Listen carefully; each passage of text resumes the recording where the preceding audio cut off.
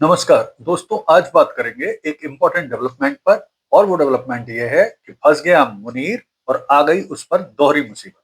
तो आइए इस पूरे घटनाक्रम का विश्लेषण करते हैं और समझने की कोशिश करते हैं कि जो पाकिस्तान के सीडीएफ हैं, फील्ड मार्शल हैं आसिम मुनीर, उन पर किस तरह की दोहरी मुसीबत आई है और अब वो उससे कैसे निपटेंगे और पाकिस्तान अब किस दिशा में जा रहा है।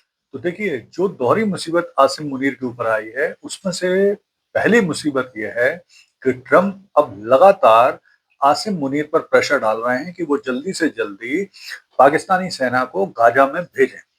क्योंकि जैसा कि आपको पता होगा कि कुछ समय पूर्व जिस तरह से गाजा पीस प्लान के अंतर्गत ये डिसाइड हुआ था कि मुस्लिम देश अपनी एक स्थिरता सेना है, यानी इंटरनेशनल स्टेबलाइजेशन फोर्स को गाजा में भेजेंगे, जो गाजा में जाकर पुनर्निर्माण के कार्य देखेगी, शांति की स्थापना करेगी, सुरक्षा करेगी और हमास को शस्त्र विहीन करने के प्रयास करेगी। तो ये उद्देश्य था। तो इसको लेकर अब ट्रंप लगातार प्रेशर डाल रहा है मुनीर पर कि वो जल्दी से जल्दी अपनी सेना भेजें गाजा में। अब मुनीर के लिए ये स्थिति बड़ी विचित्र हो गई है कि अगर तो वो गाजा में सेना भेजते हैं, पहली बात तो ये है कि अगर वो सेना नहीं भेजते हैं, पहले तो हम इसको देख लेते हैं, अगर वो सेना नहीं भेजते हैं तो ट्रंप नाराज हो जाएंगे।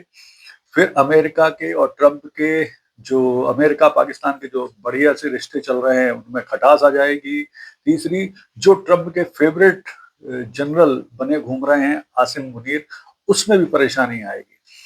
और अगर सेना भेजते हैं तो परेशानी क्या आएगी, क्योंकि पाकिस्तान में लगातार इस बात का विरोध होगा, जनता आंदोलन करेगी, सड़कों पर उतर आएगी और आसिम मुनीर का भारी विरोध किया जाएगा। दूसरी परेशानी ये आएगी कि पाकिस्तान में ऑलरेडी कुछ समय पूर्व गाजा में सेना भेजने को लेकर एक जो प्रमुख पार्टी है तहरीक लब्बैक, जो टीएलपी है, उसने बड़ा आंदोलन किया था। तो वो आगे भी फिर से आंदोलन करेगी।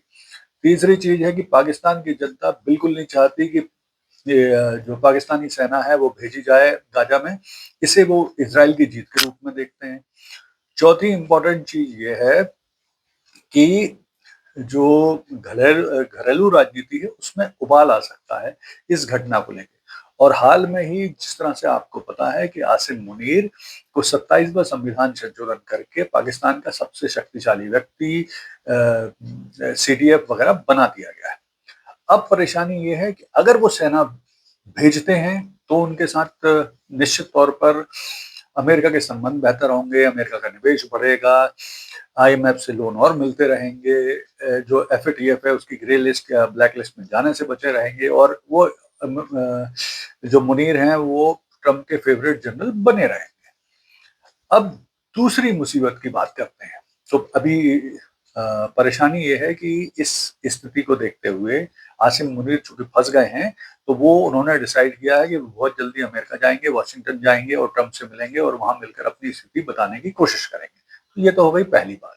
अब दूसरी उनकी मुसीबत का जिक्र करते हैं। तो दूसरी मुसीबत ये है कि अब जो पाकिस्तान में इमरान खान रावलपिंडी की अडयाला जेल में बंद है, उसके बाहर जो पीटीआई यानी जो इमरान खान की पार्टी है, पाकिस्तान तहरीक इंसाफ, उसके कार्यकर्ता और समर्थकों ने इमरान के जेल के बाहर भारी धरना प्रदर्शन शुरू कर दिया है।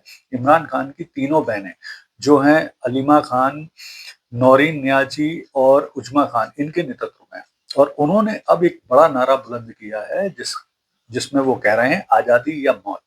या तो इमरान खान को आजाद करो या हम अपनी मृत्यु तक संघर्ष करेंगे। और ये संघर्ष बढ़ता जा रहा है। भारी संख्या में पीटीआई के कार्यकर्ता रावलपिंडी की अडयाला जेल के बाहर इकट्ठे हो रहे हैं। पूरे देश में भी अब प्रदर्शन शुरू हो गया। तो यहाँ भी अब परेशानी मुनीर के सामने आती जा रही है, बढ़ गई है। देखिए, जैसा कि आपको पता है कि इमरान खान लगभग 2023 से जेल में बंद हैं और वे उनके ऊपर 188 से ऊपर केस चल रहे हैं, जो कि और वो पाकिस्तान में बहुत ज़्यादा लोकप्रिय हैं। पाकिस्तान के एकमात्र जो वर्ल्ड कप है 1992 का, उसके विजेता कप्तान हैं, जिद्दी हैं। लेकिन वो संघर्ष करते हुए इस समय पाकिस्तान में काफ़ी लोकप्रियता हासिल कर चुके हैं, सबसे ज़्यादा लोकप्रिय नेता हैं। तो सेना के लिए भी, सरकार के लिए आसान नहीं है इमरान खान को टिकाने लगाना।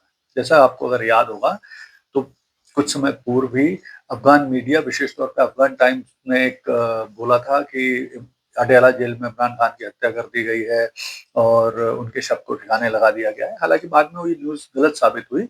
उनकी बहन उज़्मा खान उनसे मिल के आई थी और उस समय इमरान खान ने बोला था कि आसिम मुनीर के खिलाफ पूरे देश में आंदोलन करना चाहिए। तो अब कुल मिला के अगर हम स्थिति की समीक्षा करें, तो आसिम मुनीर बहुत बुरी तरह से फँस गए हैं। अब उनके पास एक ही रास्ता है कि अगर ट्रंप उनकी बात मान लें या उन्हें कुछ समय की मोहलत दें या वो गाज़ा में अपनी सीमित भूमिका स्वीकार करें। लेकिन इनमें चांस सबके कम लगते हैं। यानी अब वो एक बहुत ही मुश्किल मोड़ पर आ चुके हैं और जिससे निकलना उनके लिए फिलहाल आसान दिखाई नहीं देता है। धन्यवाद।